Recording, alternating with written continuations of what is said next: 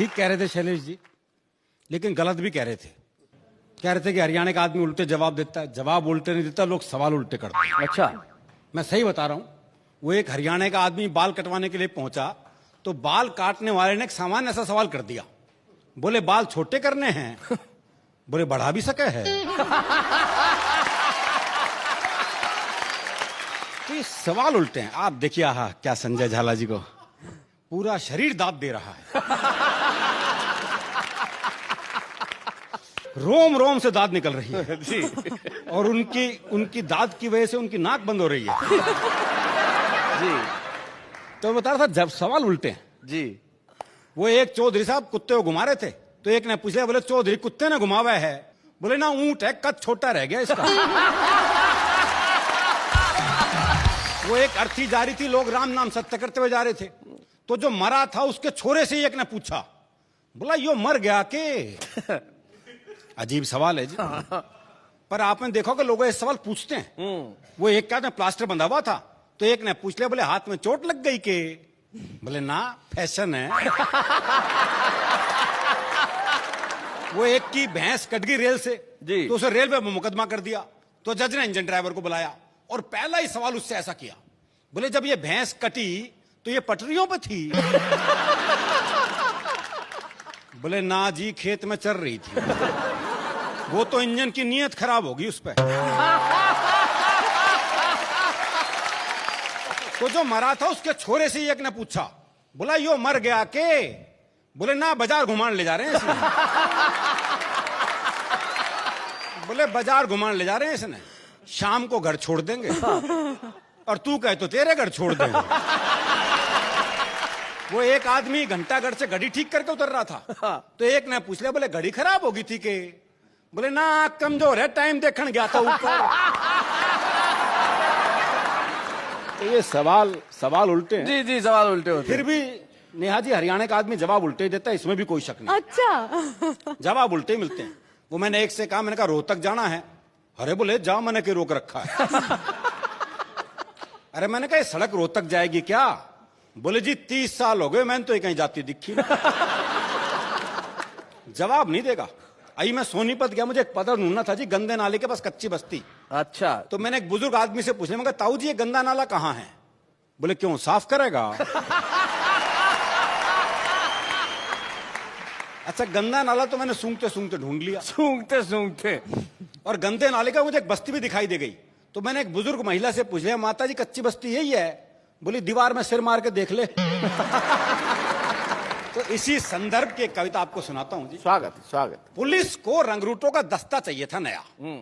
हरियाणा का राधे श्याम भी इंटरव्यू देने गया। इंटरव्यू में पूछा गया सिर्फ एक सवाल, और राधे ने बना दिया सवाल का बवाल। क्या बात। सवाल था, आप सेब खरीदने जाओगे तो 50 रुपए किलो के हिसाब से 100 ग्राम सेब के कितने पैसे देकर आओगे? जी। ये आसान सा सवाल था जी। जी जी। लेकिन इस आसान से सवाल को हरियाणा का आदमी कैसे बवाल बना सकता है, बस ये इस कविता का सौंदर्य है। आप सेब खरीदने जाओगे तो 50 रुपए किलो के हिसाब से 100 ग्राम सेब के कितने पैसे देकर आओगे? राधे बोला, अगर मैंने 100 ग्राम सेब के भी पैसे दिए तो पुलिस में भर्ती हो रहा हूं क्या एसटीसी कराने के लिए? भाई बहुत अच्छे। साहब को जवाब में मजा आया। उन्होंने सवाल को आगे बढ़ाया, अच्छा मैं खरीदने जाऊं तो मुझे कितने के मिलेंगे? राधे बोला, आवाज करो, पूरी पेटी आपके घर भिजवा देंगे। अच्छा तुम्हारी पत्नी तो पुलिस में नहीं है ना, वो जाएगी तो 100 ग्राम सेब के कितने पैसे देकर आएगी? राधे बोला, साहब मैं अपनी पत्नी को आपसे ज्यादा जानता हूं। अच्छा।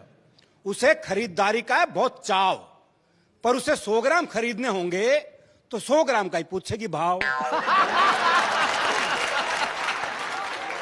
अच्छा तुम्हारा भाई जाए, अगला भी उसी सवाल के पीछे पड़ा हुआ है। ये नहीं कि भी वो जवाब नहीं दे रहा तो सवाल बदल दे, पर दिक्कत है वो भी हरियाणा का। अच्छा तुम्हारा भाई जाए, जी भाई को तो मैंने कई बार बाजार जाते देखा है, पर वो तो हर बार पान लेकर ही आता है। अच्छा तुम्हारी बहन जाए कोई, जी मेरी एक बहन थी, उसकी शादी हो गई, अब वो जाने या बहनों जी। राधे श्याम तुम्हारे पिताजी भी तो बाजार जाते हैं, जी उनके दांत नहीं है, वो बस केले खाते हैं। जी उनके दांत नहीं है, वो बस केले खाते हैं। आप मुझे एक बात बताओ श्रीमान, तनख्वाह तो दोगे एक आदमी की और सेब खरीदने पर लगा दिया पूरा खानदान। क्या बात है। तुम्हारा कोई दोस्त है राधेश्याम? हाँ जी है, सीताराम।